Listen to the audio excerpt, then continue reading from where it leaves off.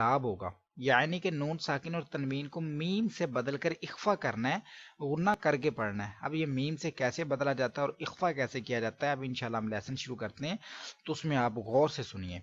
تو آپ توجہ کے ساتھ اس لیسن کو سنیے تاکہ آپ کو بہتر انداز میں اس کو پڑھنا آ سکے۔ اب یہ دیکھیے نون ساکن اس کلمے کے اندر موجود ہے، اس کے بعد یا ہے حروف یرملون کا، تو ادغام کا قاعدہ ہے غنہ کریں گے۔ تو کیسے کریں گے؟ اس ادھر بھی دیکھیے نون ساکن کے بعد واو ہے، ادغام یرملون کا قاعدہ ہے غنہ کریں گے۔ ادھر بھی دیکھ لیجئے، ادھر بھی غنہ کریں گے، یہ بھی واو آ رہا ہے حروف یرملون کا نون ساکن کے بعد، ادھر بھی غنہ کریں گے۔ تو کرتے ہیں شروع۔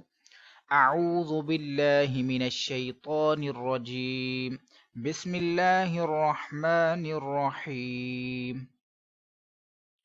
میم نون یا زبر مئی، غنے کی آواز جو ہے نا وہ ناک میں جانی چاہیے، مئی، اس کو مئی ایسے نہیں پڑھ سکتے ہم، مئی، یا زبر یا، مئی۔